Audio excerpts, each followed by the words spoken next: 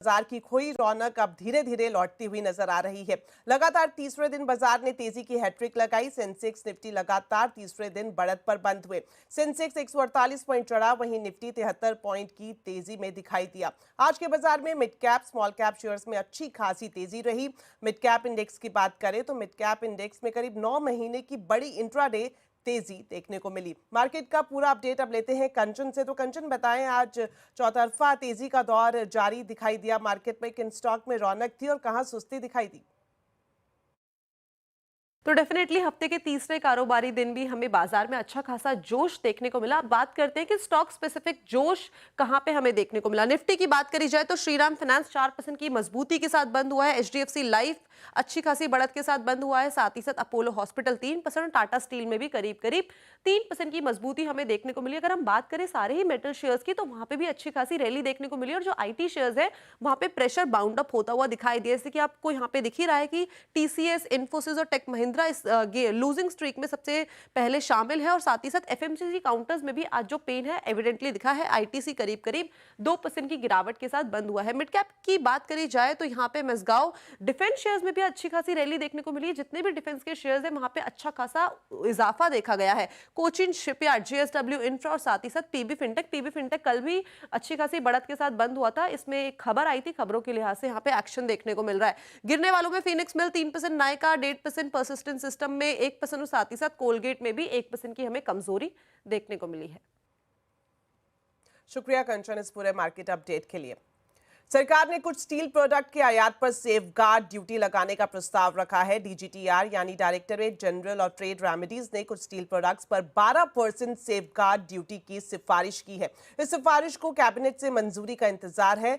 Non alloy and alloy steel flat products पर 200 दिनों तक के लिए ड्यूटी का प्रस्ताव रखा गया है। इससे घरेलू स्टील कंपनियों को बड़ी राहत मिलने की संभावना है और इसकी वजह से आज कई स्टील शेयर्स में जबरदस्त तेजी भी देखने को मिली। आपको बता दें, डीजीटीआर ने स्टील पर 12% सेफगार्ड ड्यूटी की सिफारिश की है। हालांकि ये स्टील कंपनियों के लिए भले ही अच्छी खबर हो, लेकिन ऑटो कंपनियों के लिए ये खराब साबित हो सकती है। सेफगार्ड ड्यूटी लगाने से ऑटो कंपनियों को बड़ा झटका लग सकता है। डिटेल्स लेते हैं हमारे वरिष्ठ सहयोगी लक्ष्मण रॉय से। तो लक्ष्मण जी, बताएं, ये जो सेफगार्ड ड्यूटी है ऑटो कंपनियों पर किस तरह से भारी पड़ सकती है? देखिए, दरअसल जब भी डीजीटीआर कोई ऐसी ड्यूटी लगाने के प्रस्ताव पर विचार करता है तो दोनों पक्षों से वो राय जानता है। एक पक्ष जो ड्यूटी लगाने की मांग कर रहा है, एक पक्ष जो ड्यूटी लगाने के खिलाफ है। तो जब ये दोनों पक्षों की राय जानी तो इसमें कई सारी ऑटो कंपनियों ने अपनी राय दी कि सेफगार्ड ड्यूटी लगाना है तो लगाइए, लेकिन कुछ एक प्रोडक्ट पर सेफगार्ड ड्यूटी नहीं लगाइए। उन लोगों ने अपने खुद जो इस्तेमाल करती हैं ऑटो कंपनियां, उसी की लिस्ट सौंपी। मिसाल के तौर पर टाटा मोटर्स ने 6 तरह के अलग अलग स्टील आइटम की लिस्ट सौंपी। इसी तरीके से मारुति सुजुकी ने 22 तरह के स्टील प्रोडक्ट की लिस्ट सौंपी और अशोक लेलैंड ने 4 तरह के स्टील प्रोडक्ट की लिस्ट सौंपी और कहा कि ये जो प्रोडक्ट है ये दरअसल हम इंपोर्ट करते हैं। अगर आप सेफगार्ड ड्यूटी इन पर भी लगा देंगे तो फिर हमारा इंपोर्ट महंगा हो जाएगा, कॉस्ट ऑफ प्रोडक्शन महंगा हो जाएगा, कीमतें बढ़ानी पड़ जाएगी।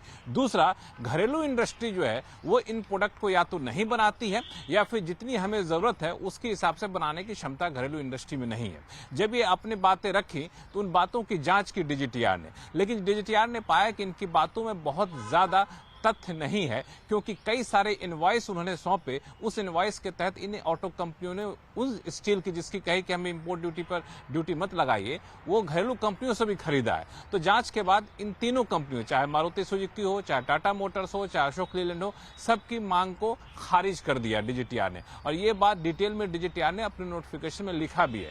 और खारिज करने के बाद फिर ये ड्यूटी 12% सेफगार्ड ड्यूटी लगाने की सिफारिश की है। अब इसका असर ये होगा ऑटो कंपनियों पर कि इन कंपनियों के लिए ये सारे प्रोडक्ट जो है महंगे हो जाएंगे तो लागत इनकी बढ़ जाएगी। जी, शुक्रिया लक्ष्मण जी इस पूरी जानकारी के लिए। चलिए अब एक अच्छी खबर। भारतीय मूल की एस्ट्रोनॉट सुनीता विलियम्स और अमेरिकी एस्ट्रोनॉट बुच विल्मोर अपने साथियों के साथ अंतरिक्ष में 9 महीने बिताकर सुरक्षित पृथ्वी पर लौट आए हैं। एलन मस्क का स्पेसएक्स ड्रैगन कैप्सूल फ्लोरिडा के तट पर सुरक्षित रूप से उतरा।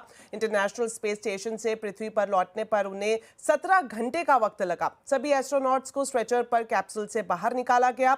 सुनीता विलियम्स ने बाहर आते ही अपना हाथ हिलाकर अभिवादन भी किया।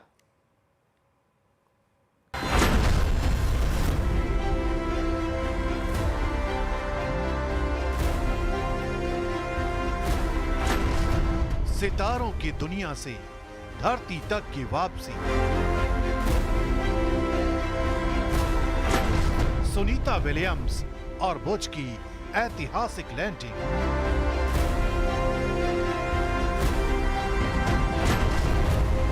इतिहास में दर्ज हो गया खूबसूरत लम्हा।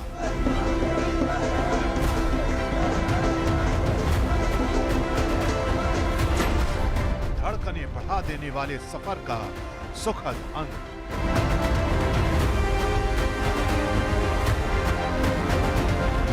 9 महीने 13 दिन का लंबा सफर और अब सुनीता विलियम्स और बुच विलमोर की सुरक्षित वापसी का ऐतिहासिक क्षण।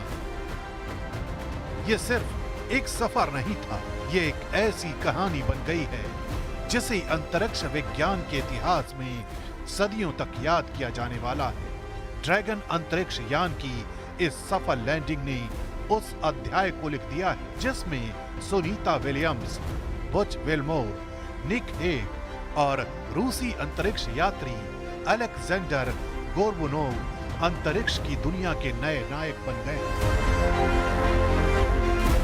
सभी अंतरिक्ष यात्रियों की सुरक्षित वापसी के लिए पूरी दुनिया में दुआएं की जा रही थी। नासा के कंट्रोल रूम के सभी साइंटिस्ट की नजरें स्क्रीन पर टिकी हुई थी। ये पल धड़कनें बढ़ाने वाला था, लेकिन फ्लोरिडा में पैराशूट की मदद से चारों यात्रियों को लाने वाला ड्रैगन कैप्सूल जैसे ही समंदर में समाया, दुनिया खुशी से झूम उठी। इस वापसी ने सिर्फ एक मिशन को पूरा नहीं किया, बल्कि भविष्य के अंतरिक्ष अभियानों को उम्मीद और ताकत दी।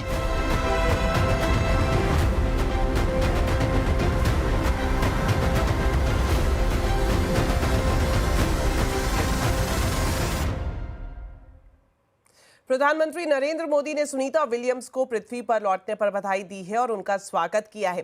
पीएम ने सोशल मीडिया साइट एक्स पर पोस्ट किया और लिखा कि सुनीता विलियम्स और अंतरिक्ष यात्रियों ने एक बार फिर दृढ़ता का वास्तविक मतलब बताया है। उन्होंने आगे लिखा कि सुनीता विलियम्स एक पथ प्रदर्शक है और एक आइकॉन भी हैं। सुनीता ने दिखाया है कि जब सटीकता जुनून से मिलती है और तकनीक दृढ़ता से मिलती है तो क्या होता है।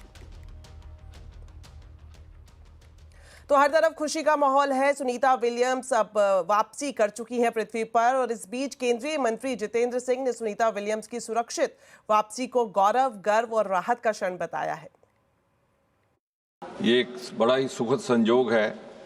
आज के प्रश्नकाल का पहला प्रश्न अंतरिक्ष के साथ संबंधित है और आज ही प्रातः 3:27 पर सुनीता विलियम्स जी का धरती पर लौटना हुआ है 300 दिन के बाद। और आपने देखा होगा कि कल ही मीडिया ने प्रधानमंत्री श्री नरेंद्र मोदी जी द्वारा लिखा हुआ एक पत्र जारी किया था, जिसमें उन्होंने सुनीता विलियम्स जी को संबोधित करते हुए उनकी सुरक्षित वापसी की कामना भी की थी और उन्हें भारत आने का निमंत्रण भी दिया था।